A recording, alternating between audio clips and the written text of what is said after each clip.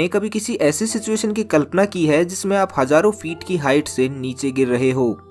अगर मैं ड्रीम्स की बात करूं तो वहां हमारे नीचे गिरते ही हमारी आंखें खुल जाती हैं। लेकिन अगर यही घटना हमारे साथ रियल लाइफ में हो तो? आज हम एक ऐसी ही घटना की बात करने वाले हैं जब एक 17 साल की लड़की 10,000 फीट की हाइट से नीचे गिर गई थी। ये घटना दिसंबर 1971 की है। जूलियन कैप्की ने 20 दिसंबर 1971 को अपनी हाई स्कूल कंप्लीट की। जूलियन की मां लाइमा शहर में काम करती थी, जबकि उसके पिताजी अमेजन रेन फॉरेस्ट में वाइल्ड लाइफ पर रिसर्च करते थे। इसलिए जूलियन अपनी मां के साथ जल्द से जल्द अपने पिता के पास अमेजन रेन फॉरेस्ट के एक रिसर्च स्टेशन पर जाना चाहती थी। लेकिन 23 दिसंबर को जूलियन के स्कूल में ग्रेजुएशन सेरेमनी थी और जूलियन भी अपनी स्कूल लाइफ के इस अंतिम फंक्शन को अटेंड करना चाहती थी। सो दोनों ने फैसला लिया कि वे 24 दिसंबर को अपनी यात्रा कंटिन्यू करेंगी। लेकिन 25 दिसंबर को क्रिसमस होने के कारण सभी फ्लाइट्स पहले से ही बुक थी। ऐसे में उनके सामने एकमात्र ऑप्शन था लैंसा एयरलाइन।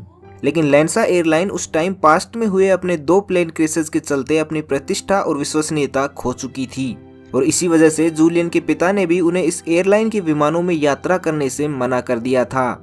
लेकिन पिता से मिलने की बेताबी के चलते जूलियन और उसकी मां ने इस सलाह को नेगलेक्ट कर लैंसा की फ्लाइट 508 में अपनी टिकट्स बुक करवा ली। फ्लाइट 508 को 24 दिसंबर को सुबह जल्दी ही उड़ान भरनी थी, लेकिन खराब मौसम के चलते उड़ान को 7 घंटे के लिए डिले कर दिया गया। फाइनली दोपहर को फ्लाइट 508 ने लाइमा से लक्कीटोस के लिए उड़ान भरी।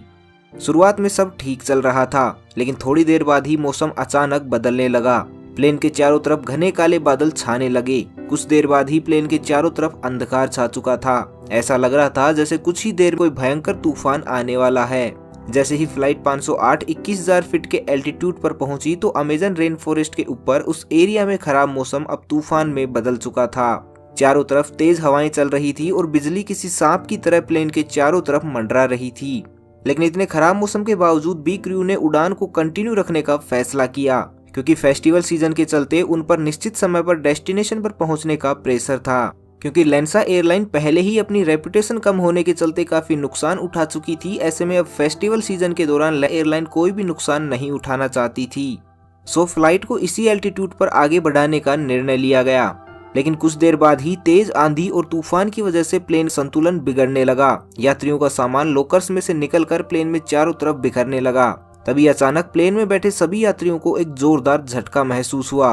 प्लेन के लेफ्ट विंग पर बिजली गिरी थी। इस लाइटनिंग स्ट्राइक के कारण प्लेन का फ्यूल टैंक इग्नाइट हो गया। कुछ देर बाद ही प्लेन का विंग जिसमें आग लगी थी वो टूटकर प्लेन से अलग हो गया। कोई कुछ समझ पाता उससे पहले ही प्लेन अनकंट्रोल होकर नोज के बल नीचे गिरने लगी। जैसे ही प्लेन 10,000 फीट के एल्टीट्यूड पर पहुंची तो प्लेन टुकड़ों में टूटकर अलग हो गई। लेकिन तभी एक चमत्कार हुआ। जूलियन अपनी सीट के साथ प्लेन के टूटे हुए आधे टुकड़े से अलग होकर नीचे गिरने लगी। इस टाइम जूलियन ने सीट बेल्ट लगा रखी थी, इसलिए वो भी सीट के साथ चिपकी रही। जूलियन को इस टाइम केवल हवा की तेज आवाज और अपने चारों तरफ घूमता हुआ जंगल ही दिखाई दे रहा था। हालांकि कुछ देर बाद ही इतनी ऊंचाई से गिरने के डर के कारण जूलियन अपनी चेतना खो चुकी थी, जिसके कारण वो हवा में ही बेहोश हो गई। लेकिन सौभाग्यवश जूलियन की सीट जंगल में पत्तों के ढेर पर गिरी, जिसके कारण 10,000 फीट की हाइट से गिरने के बाद भी जूलियन सरवाइव कर पाने में कामयाब रही। प्लेन में सवार 92 लोगों में से वो केवल अकेली ऐसी थी जो इस भयानक हादसे में सरवाइव कर पाई। जंगल में नीचे गिरने के लगभग 24 घंटे बाद तक जूलियन उस भयानक जंगल में बेहोश पड़ी रही। 24 घंटे बाद जब जूलियन को होश आया तो उसने सबसे पहले अपनी मां को पुकारना शुरू किया। लेकिन जल्द ही उसे समझ आ गया था कि वो इस जंगल में अकेली है और संभवतः अपनी मां को इस दर्दनाक हादसे में खो चुकी है।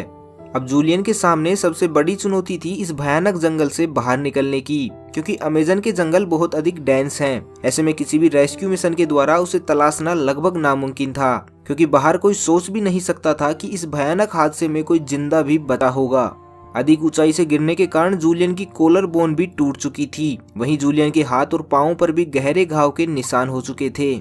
सौभाग्यवश जूलियन को क्रैश साइट के पास पैक्ड फूड के कुछ पैकेट्स मिल गए, जिसने अगले कुछ दिनों के लिए उसकी भूख को शांत किया। इस दौरान गवर्नमेंट के द्वारा बहुत से एयर सर्चिंग मिशन भी अमेजन के जंगलों में भेजे गए, लेकिन जंगल के अत्यधिक डेंस होने के कारण ना तो वो एयरप्लेन के मलबे को तलाश सके और ना ही जूलियन को। जूलियन भी अब तक यह समझ चुकी थी कि उसे इस मुसीबत से खुद ही निकलना होगा। हालांकि जूलियन के पिता अमेजन के जंगलों में रिसर्च करते थे और जूलियन भी बहुत बार उनके साथ उनके रिसर्च स्टेशन पर रुकती थी। इस दौरान उसके पिताजी ने एक बार उसे बताया था कि अगर कभी जंगल में भटक जाओ तो पानी ही वो एकमात्र रास्ता होता है जो आपको इंसानी बस्तियों तक लेकर जा सकता है। इसलिए जूलियन आसपास पानी को तलाशना शुरू किया और लकीली उसे पानी की एक छोटी स्ट्रीम मिल भी गई। जहरीले जानवरों और मांसाहारी जानवरों से बचते बचते कई दिनों तक इस धारा का पीछा करते करते जूलियन एक बड़ी नदी के किनारे तक पहुंच भी गई, लेकिन अभी भी वहां किसी इंसान की मौजूदगी के कोई संकेत दिखाई नहीं दे रहे थे। ये उसके लिए वाकई निराश करने वाला था, लेकिन उसे ये अच्छे से पता था कि इस टाइम उसके खुद के अलावा कोई भी उसकी मदद नहीं कर सकता। इसलिए उसने नदी के किनारे किनारे आगे बढ़ना जारी रखा। लेकिन कई घंटों तक चलने के बाद भी जब वो ज्यादा दूरी तय नहीं कर पाई तो उसने नदी के बीच में तैरकर जल्दी से किसी इंसानी बस्ती तक पहुंचने का फैसला लिया।